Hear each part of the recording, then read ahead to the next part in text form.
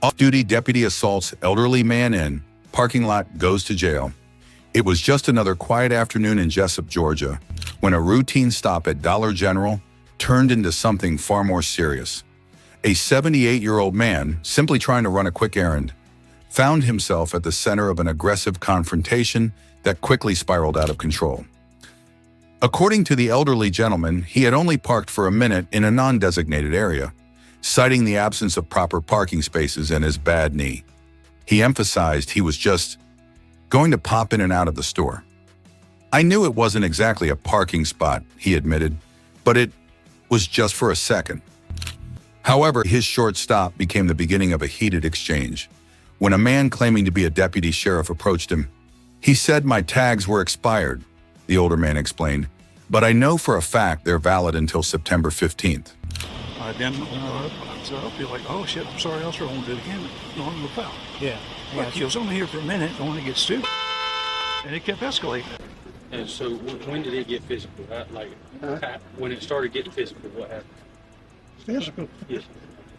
I don't know. I just told him I was going to leave. I told him I wanted to leave. I mean, I didn't know it. Of course, he didn't ever show. He said he's a policeman, but I never seen no evidence. I told him I said, "Well, I'm fixed. I want to leave." He wouldn't let me leave. He didn't know what he was talking about. The man who approached him didn't initially show a badge or any credentials, but soon became aggressive, allegedly grabbing the elderly man, throwing him to the ground, and pinning him. "I was just trying to leave," the elderly man recalled, visibly shaken. "I didn't even know he was a real cop. He wasn't in uniform." According to witnesses, the man, who claimed to be a deputy, had tried to stop the older man from driving away, getting between him and his truck door. Words were exchanged. Tensions escalated. "Who the **K, do you think? You are?" the older man reportedly asked. The reply, "I'm a deputy sheriff." What followed was a confusing blur of aggression. The so-called deputy accused the elderly man of assaulting a peace officer, claiming the man kicked him.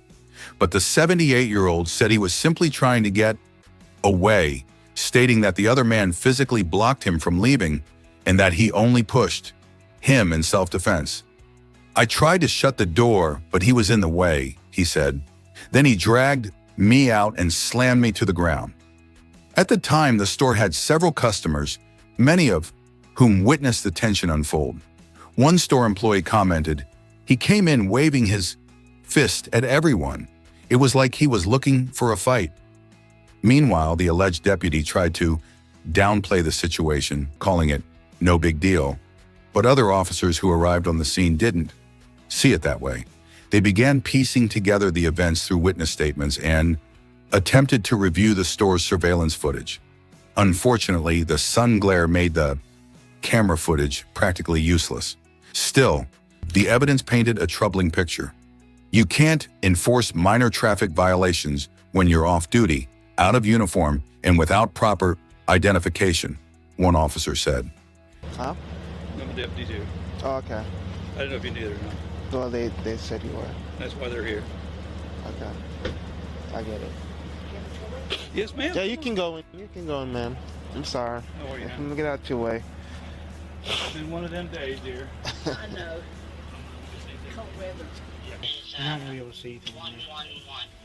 But is that Well, right now? It's gonna be that way. Even if I do try to rewind it, the We're not the gonna way be able the to see sun is glaring on the camera, they're not even gonna be able to see anything. Yeah. We're good. We appreciate it. The sun is setting over Yeah. there, so you're not even going to be able to see. It became increasingly clear that the off-duty deputy, later identified as Headman, a court deputy, had gone too far.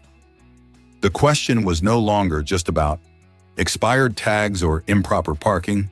It became about the use of authority and whether Headman had abused his position. Officers on scene deliberated whether charges should be filed. Some were initially hesitant, given Headman's position within the sheriff's office. "He works the courts," one officer said. "He should have known better." But after speaking to the elderly man again, who now had visible bruises and cuts, they made their decision. Headman had not only escalated a minor situation unnecessarily, but he had also physically restrained and injured a senior citizen. That, they concluded, was grounds for arrest. They read him his rights and prepared to transport him to Wayne County Jail. "You got your gun on you?" they asked Hedman. "No," he replied quietly. "We're taking a ride down to the jailhouse," the officer informed him. "Put your hands up here, behind that window." Hedman was charged with battery, false imprisonment, and elder abuse. He was immediately fired from the Wayne County Sheriff's Office, and his arrest powers were revoked that very same day. The 78-year-old man, still visibly shaken but cooperative, expressed regret about the incident. "I should have just parked elsewhere," he said, "but I didn't expect someone to come up and attack me like that. I didn't know he was a real officer. He never showed a badge." Always used the money. That's absolutely correct. She worked the game all the time. I know I asked you twice already. Just one more time. You mind walking me through what happened? See, I came out and he was standing there and he said, you just park anywhere you want to, eh? I said, no. I said, I just park. I'm not going to be in there for a second. And I said, I'm fixing to leave. He said, your tag's out of date, but my tag's not out of date. It's due September coming up. Yeah. But after that, I said, As for Hedman, many of his colleagues were shocked. Some expressed disbelief. "He held him against his will. That's false imprisonment. No question," one officer stated. "And with that man's age, you're looking at elder abuse." Others lamented the broader implications. This isn't just about Hedman. It's about what happens when someone misuses their badge, even off-duty. Officers debated whether this incident reflected a larger issue within law enforcement, how power can be misused when not kept in check, and how important it is for deputies, even off-duty ones, to follow protocol. The city doesn't even enforce parking violations unless there's a complaint from the store, one officer said. So why was Hedman even getting involved? The lack of uniform and badge added further complications. Witnesses pointed out that Hedman never made it clear who he was until after the situation had escalated. He didn't even give him a chance, one bystander said. Just started yelling and then went physical. Hedman, for his part, tried to explain his actions. "I was just trying to let him know he couldn't park there," he said. "And I did tell him I was with the..."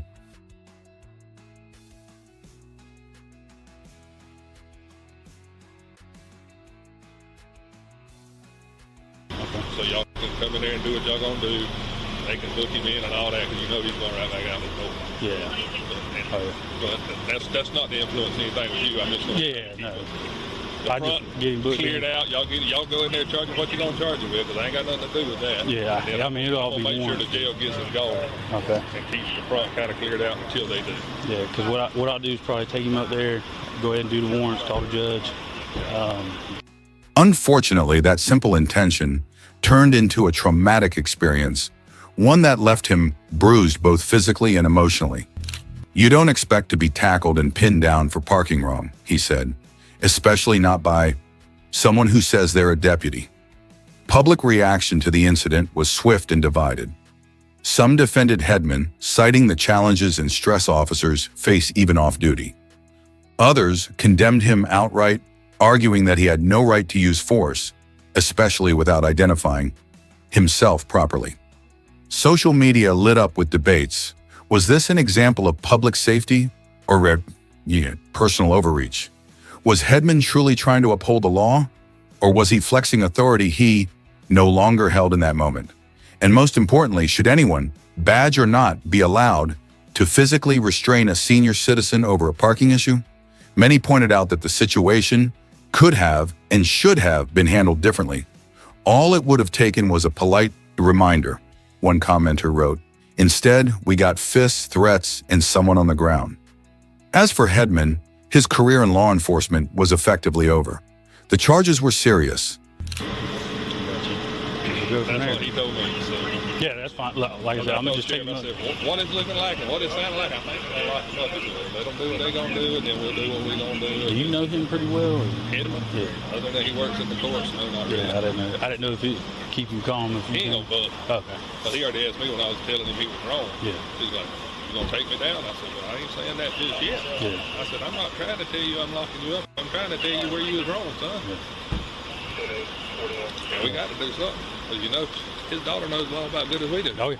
And his credibility was damaged beyond repair. He should have known better, one colleague remarked, especially at his rank. The sheriff's department wasted no time severing ties, releasing a public statement later that evening confirming Hedman's termination and condemning the actions taken. We hold all our deputies to the highest standards, the statement read. Mr. Hedman's conduct was unacceptable and does not reflect the values of the Wayne County Sheriff's Office. Meanwhile, the elderly man returned home, nursing his wounds and trying to make sense of what had happened.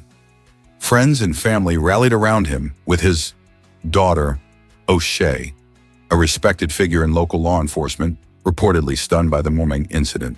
She knows the law as well as any of us, one officer commented. I'm sure she's devastated.